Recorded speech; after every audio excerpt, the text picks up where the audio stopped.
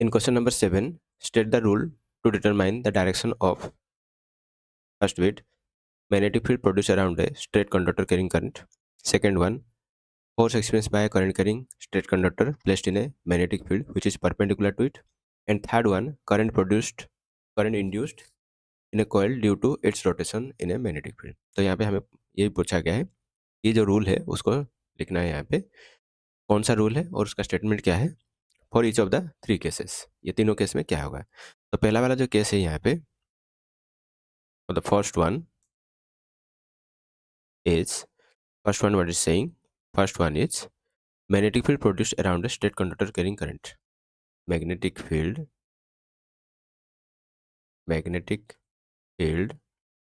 produced around a straight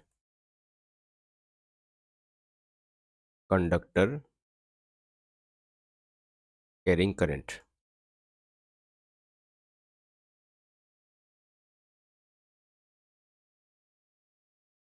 Magnetic field produced around a straight conductor carrying current.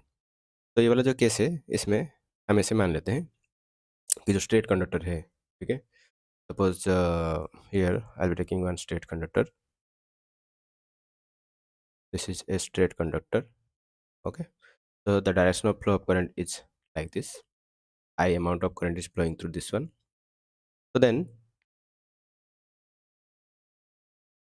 what is the rule that is necessary to find out the direction of magnetic field across this straight conductor? So here we must know that here we'll be using which rule? We'll be using right hand thumb rule. Right hand thumb rule. So what does this right hand thumb rule says? So we'll see this one. So this is the right hand thumb rule.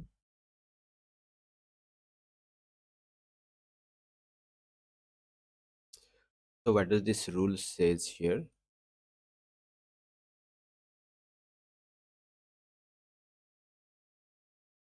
You can say this is the rule.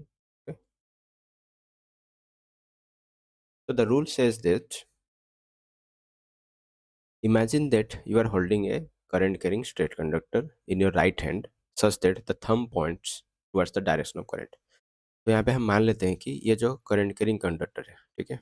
So suppose that will be taking this current carrying conductor. Okay, so we'll be placing that one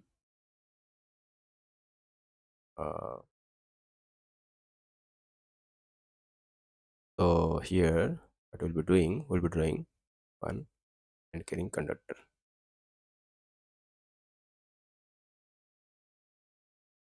Let's draw it properly. It's a current carrying conductor. Okay, imagine that you are holding a current carrying straight conductor in your right hand. तो यहाँ पे हम right hand लिए हैं, ठीक है, तो उसमें कुछ करंट फ्लो हो रहा है and the direction of flow of current is upward, जैसे कि यहाँ पे इंडिकेट किया गया है, direction of flow of current is upward. Okay, such that the thumb point towards the direction of current, thumb यहाँ पे करंट के डायरेक्शन में है. Okay fine, then your fingers will wrap around the conductor in the direction of field lines. Fingers जो है यहाँ पे, ये जो फिंगर्स का जो रैपिंग यहाँ पे हुआ है, ये वाला ऐसे रैपिंग, ठीक है, तो ऐसे होगा. Fingers will wrap around the conductor in the direction of field lines of the magnetic field. Okay, तो फिंगर्स का जो रैपिंग है, तो मतलब ये रैपिंग यहाँ पे शो कर रहा है कि मैग्नेटिक फील्ड का डायरेक्शन किस तरफ होगा. That means this fingers are wrapping in anti clockwise orientation. तो मतलब ये ऐसे कुछ direction is something like this, ठीक है. तो दिस इज हाउ ये direction of magnetic field lines यहाँ पे शो किया गया, ये वाला ऐसे, ठीक है, ऐसे मैग्नेटिक फील्ड लाइन का डायरेक्शन होगा. Okay, so this is like this. So finally what will happen? So due to this current carrying straight conductor, the magnetic field lines will be like this. They will be like concentric circles. Okay, they will form concentric circle. That means their center will be common and it will be on the current carrying straight conductor. Okay, so this is right hand thumb rule. Okay, तो straight conductor case में हम कौन सा rule use करेंगे? Right hand thumb rule. Then the second one is force experienced by a current carrying straight conductor placed in a magnetic field which is perpendicular to it. Okay, force experienced by current carrying straight conductor. तो ये वाला जो case है, force experienced by a current carrying straight conductor placed in a magnetic field which is perpendicular to it. तो ये वाला case, इसके लिए हम क्या कौन सा रूल अप्लाई करेंगे? तो will be applying Fleming's left hand rule. Okay, तो फ्लेमिंग्स लेफ्ट हैंड रूल यहाँ पे है. So what does this Fleming's left hand rule says? So Fleming's left hand rule says, according to the given question, suppose this is the magnetic field. Okay, so we'll be indicating the direction of magnetic field. So let the magnetic field is towards right.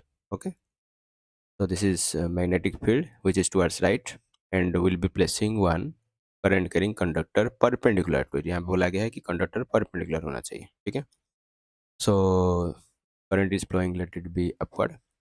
I amount of current is flowing and it is making some angle 90 degree. यहाँ पे 90 degree angle बना रहा है यहाँ पे.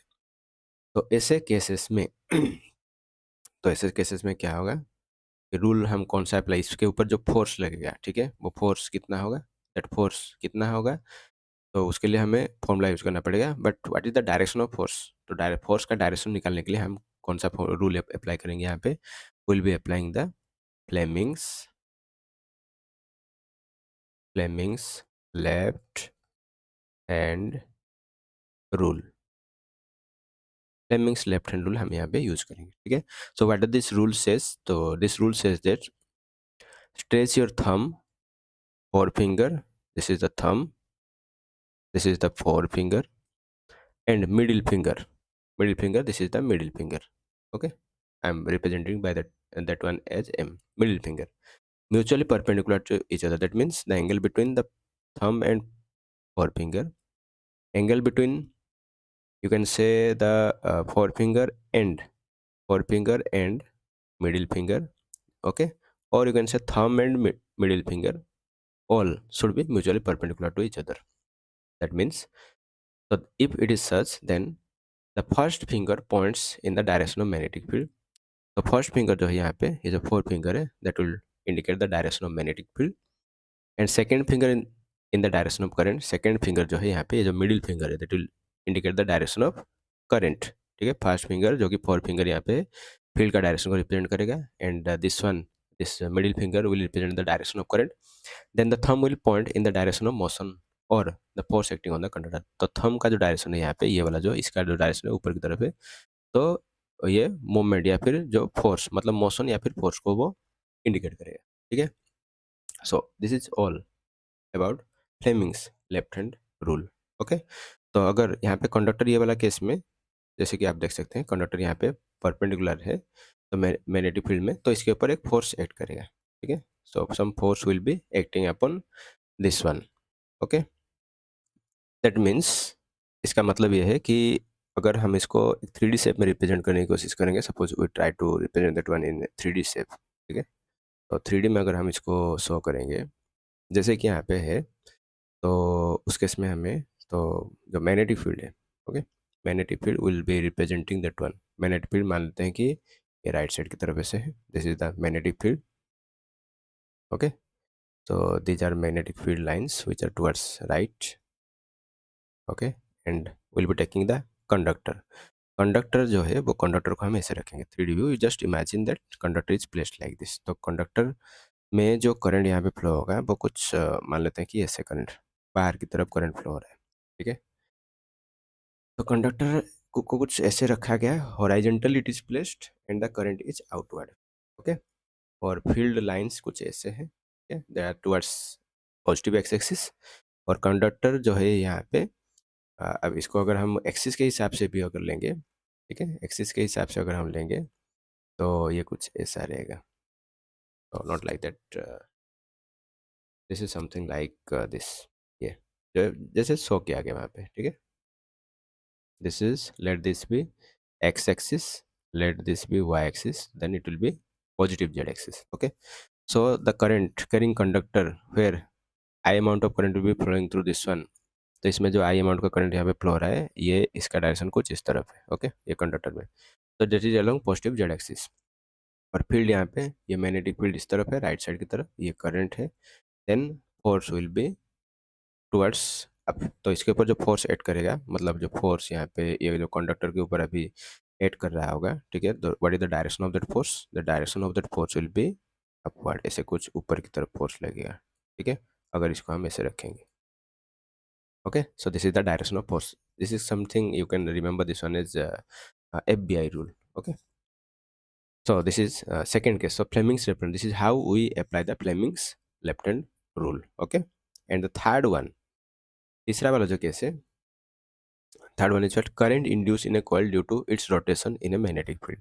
Okay, current induce, induction वाला case यहाँ पे आ रहा है, ठीक है, इंड्यूस्ड किसका होगा? करंट का इंड्यूस होगा। तो this part is not there in your CBSE syllabus, CBSE class 10 syllabus. This is generally taught in standard 12। तो स्टैंडर्ड 12 में आप लोग को ये पढ़ा जाएगा, जो कि एक इलेक्ट्रोमैग्नेटिक इंडक्शन का चैप्टर है, उसमें पढ़ा जाएगा। ओके, तो हालांकि ये अभी टू 2025 में ये जो चल रहा है डिस्कशन, तो अभी ये जो पार्ट ये आपका सिलेबस में नहीं है, ठीक है। So but still current induction वाला जो केस है, if the coil is, if the conductor is rotated in magnetic field, कोई भी कंडक्टर को, नॉर्मल कंडक्टर, ठीक है, उसको अगर हम मैग्नेटिक फील्ड में रोटेट करेंगे तो इसमें क्या होगा? करंट इंड्यूस होता है, ठीक है, जनरल केस। तो उस केस में हम जनरली कौन सा रूल अप्लाई करते हैं? तो उस केस में हम generally Fleming's right hand rule apply करते हैं। So there we apply Fleming's right hand rule, ठीक है। So what this Fleming's right hand rule states? It states that if we arrange our thumb, तो यहाँ पे ये थंब है, ठीक है, fore finger and middle finger, this is the fore finger and this is the middle finger of right hand perpendicular to each other, or they are mutually perpendicular to each other, then the thumb point towards the direction of motion. तो thumb यहाँ पे movement या फिर motion, conductor का motion को indicate करेगा।